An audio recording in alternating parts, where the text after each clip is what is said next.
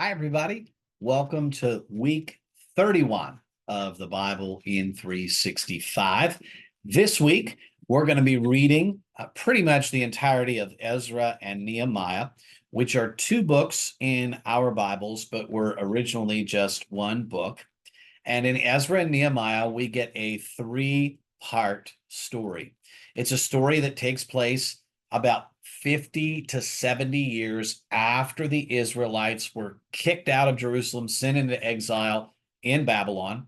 The Persian king Cyrus decrees that the Israelites can begin to return to the Holy Land. And the story of Ezra and Nehemiah comes in three parts. So the first part tells the story of Zerubbabel, who was the governor of the Israelites, who took a group back to Jerusalem with the task of rebuilding the temple. And so Zerubbabel kind of rallies the people to rebuild the temple, and they have this big ceremony where they dedicate the temple. But unlike Solomon's temple, where God's glory came down from a cloud and rested on the temple, that doesn't happen this time. And so, Zerubbabel's story just kind of ends on a flat note. This new temple that's built just doesn't have the same glory, the same majesty as the first temple. Well, that leads us then to the story of Ezra, who again is sent back to Jerusalem with a small group of Israelites to return from the exile.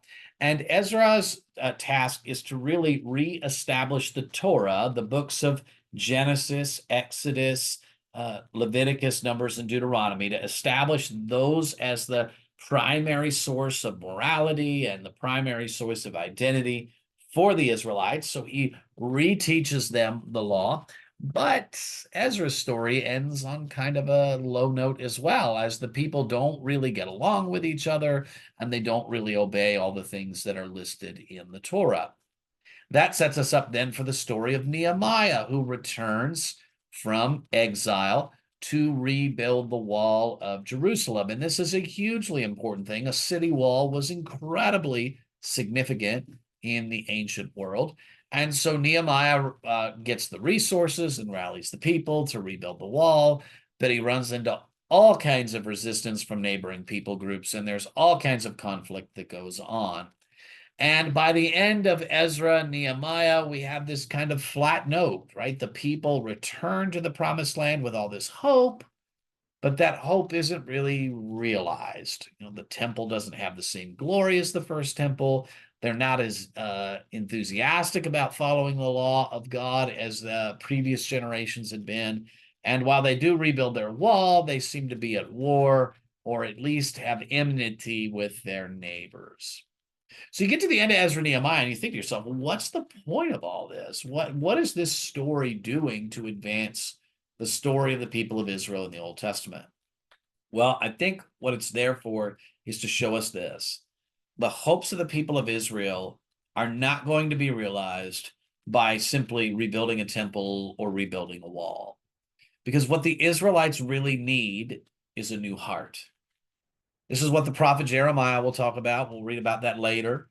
That until the Israelites have a heart that truly seeks after God, it won't matter what kind of buildings they build or what kind of outward things they do. And because the heart of the Israelites, even as they return from exile, isn't really a collective heart that has returned to the Lord, we don't see the fruit of godliness among the Israelites. And it reminds us of just how important it is for us to have hearts that are turned toward the Lord.